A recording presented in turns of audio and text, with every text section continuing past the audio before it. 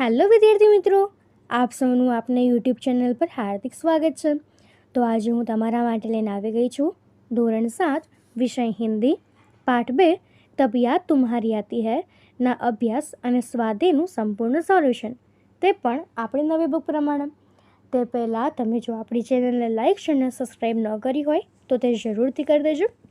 તો ચાલો આપણે આ તમામ પ્રશ્નોના ઉત્તરોની સમજૂતી મેળવીએ। તો અહીં આપણા બીજા પાઠમાં સૌપ્રથમ આપણને અભ્યાસમાં પહેલો પ્રશ્ન આપ્યો છે, પ્રશ્નો કે મૌખિક ઉત્તર દીजिए। તો એમાં પહેલો પ્રશ્ન છે, सुबह होते ही क्या क्या होता है? तो जवाब થશે, सुबह होते ही चिड़िया चहचहाती है, किलियाँ खिलने लगती हैं, खुशबू की लहरें फूलों से निकलकर चारों ओर फैल जाती है। बीजो प्रश्न है, मैदानों में हरियाली कब लहराती है? तो એનો ઉત્તર થશે, मैदानों में हरियाली वर्षा ऋतु में लहराती है। ત્રીજો પ્રશ્ન છે, आपको प्रभु की याद कब आती है? तो એનો ઉત્તર થશે, तारे, सूरज, चांद, सागर, पर्वत आदि प्रकृति के सुंदर और अद्भुत रूपों को देखकर मुझे प्रभु की याद आती है। चौथो प्रश्न है, तुम सुबह में उठकर क्या क्या देखते हो? तो એનો ઉત્તર થશે, मैं सुबह में उठकर देखता हूँ कि पूर्व दिशा में सूर्योदय हो रहा है, चिड़िया चहचहा रही है, कलियाँ खिल रही है, लोग अपने अपने काम में लग रहे हैं, पाठशाला जाने वाले विद्यार्थी घर से निकल पड़े हैं, दूध वाला घर घर दूध और अखबार वाला घर घर अखबार पहुंचा रहा है। तो હવે એના પછીનો આપણો પ્રશ્ન 2 છે, ચિત્રો को देखकर वचन परिवर्तन कीजिए। તો અહીં આપણને પહેલા ચિત્રમાં આપણને ચકલી આપી છે, તો આપણે એક વચનમાં લખી શકીએ કે ચીડિયા ઉડ રહી है, અને બહુવચન માટે આપણે લખીશું ચીડિયા ઉડ રહી है। એવી જ રીતે કલી માટે આપણે લખીશું કે કલી નહીં ખીલી है, તો બહુવચનમાં લખાશે કલિયા નહીં ખીલી है। તો એના પછીનું ત્રીજું છે બૂંદ, તો આપણે એના એક વચન માટે લખીશું બૂંદ गिरती है, બહુવચનમાં થશે બૂંદે गिरती है। એના પછી દરવાજા खुला है, दरवाजे खुले हैं, लड़की खेल रही है, लड़कियाँ खेल रही है। तो હવે એના પછીનો આપણો પ્રશ્ન 3 છે, शब्दों को उचित क्रम में रखकर अर्थपूर्ण वाक्य बनाइए। तो આપણે એને લખી શકીએ जीवन जल है ही, तो આપણું વાક્ય થશે जल ही जीवन है। એવી જ રીતે है में फूलों भरता रंग कौन, तो એ થશે फूलों में रंग कौन भरता है। એના પછી છે है में बिजली बादल चमकती क्यों, तो તે થશે बादल में बिजली क्यों चमकती है। તો આપણે આ પ્રમાણે એના વાક્યો બનાવીશું। તો હવે એના પછીનો આપણો પ્રશ્ન 4 છે કે सबसे तेज कौन, छात्रों को साथ साथ के जूथ में बांटिए और अपने नाम के पहले वर्ण के अनुसार शब्दों को उसके क्रम के मुताबिक खड़ा रहने के कहिए। तो આપણને પહેલું જૂથ મળ્યું છે રમેશ, અશોક, વિપુલ, સાહિલ, રાકેશ, મુકુલ, મયંક, અને બીજું છે ખેમચંદ, ચંપક, ગોપાલ, તનસુખ, અનુરાગ, જયેશ અને કમલ।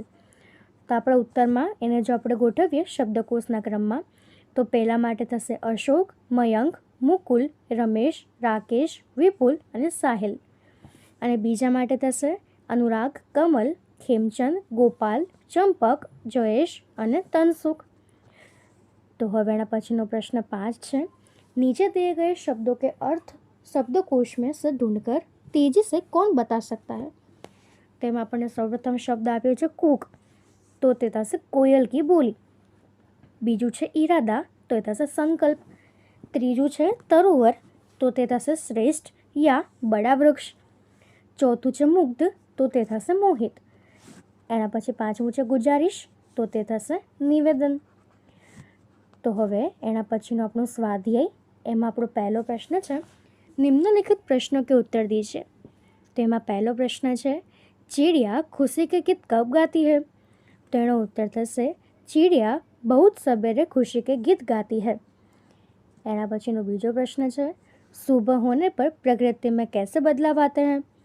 तो सुबह होने पर आकाश में तारे छिप जाते हैं, रात का अंधेरा दूर होने लगता है, पूर्व दिशा में सूर्योदय के पहले लाली छा जाती है, पक्षी चहचहाने लगते हैं, कलियाँ खिलने लगती है, फूलों की सुगंध हवा में फैलने लगती है, इस प्रकार सोई हुई प्रकृति जाग उठती है और वातावरण में ताजगी का अनुभव होता है।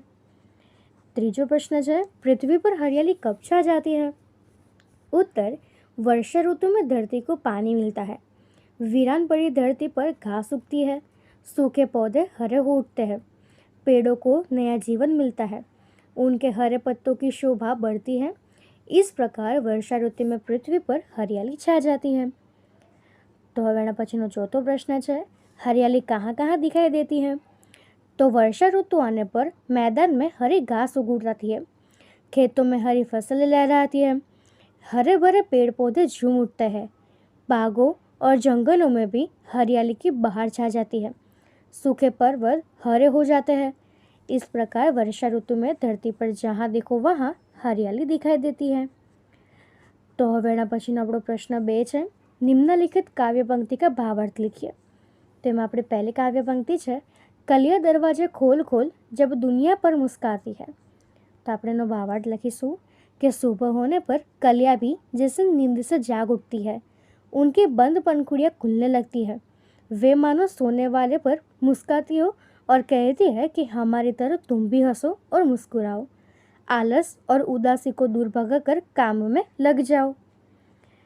तेना पछीनी बीजी पंक्ति है, जब छमछम बूंदे गिरती है बिजली चमचम कर जाती है। तो एनो આપણે ભાવાર્થ લખીશું कि वर्षा ऋतु में बादल बरसने लगते हैं, तब पानी की बूंदें छम छम की आवाज़ करती है, ऐसा लगता है जैसे वे नृत्य कर रही हो।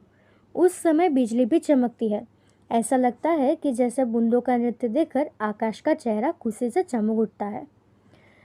तो एना पछीनो हवे आपणो प्रश्न 3 है कि उदाहरण के अनुसार निम्नलिखित शब्दों के समानार्थी शब्द कोष्टक में से ढूंढकर वाक्य में प्रयोग कीजिए। तो અહીં આપણને પહેલું આપ્યું છે સુબહ, તો તે થશે પ્રાતઃકાલ। તો હવે આપણે જો એનું વાક્ય બનાવીએ તો પ્રાતઃકાલ દેવાલય में पूजा होती है। બીજો શબ્દ છે ખુશી, તો એ થશે આનંદ અને એનું વાક્ય થશે आज शोर में बड़ा आनंद आया। એના પછી બીજું છે खुशबू, तो તે થશે सुगंध, मुझे गुलाब की सुगंध अच्छी लगती है। ત્રીજું છે बहुत, तो તે થશે ज़्यादा, आज ठंड ज़्यादा है। मुस्काना हंसना, तो ये थશે जोकर को देखकर हंसना आ गया। तो હવે એના પછીનો આપણો प्रश्न 4, इन यात्रियों को शब्दकोश के क्रम के आधार पर अपने अपने डिब्बे में बिठाइए। तो આપણને આપ્યું છે ઉઠકર, કલિયા, ચાંદ, મુસ્કાન અને મેદાન।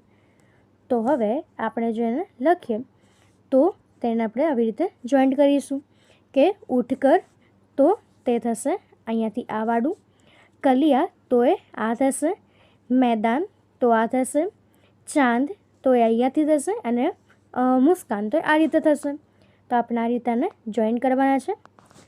તો હવે એના પછી આપણને આપ્યું છે योग्य विस्तार, इस कविता को कंठस्थ कर प्रार्थना सभा में इसका गान कीजिए। તેની પહેલે છે આપણને કેટલાક પઢીએમાં શબ્દ આપ્યા છે, ચમચમ, છમછમ, ખોલ ખોલ, ઠંડી, ટપટપ, ઠમઠમ, સનસન, ઝરઝર અને ફટફટ। તો આપણે આ કાવ્યમાંથી આવી જ રીતે બીજા શબ્દને શોધી શકીએ છીએ। તો અહીં આપણા અભ્યાસ અને સ્વાધ્યાયના તમામ પ્રશ્નોના ઉત્તર પૂર્ણ થાય છે। જો આમાં તમને કોઈ પણ ડાઉટ હોય તો તમે કોમેન્ટ સેક્શનમાં જરૂરથી જણાવી શકો છો અને આપણી ચેનલને લાઇક, શેર અને સબસ્ક્રાઈબ જરૂરથી કરી દેજો। Thank you.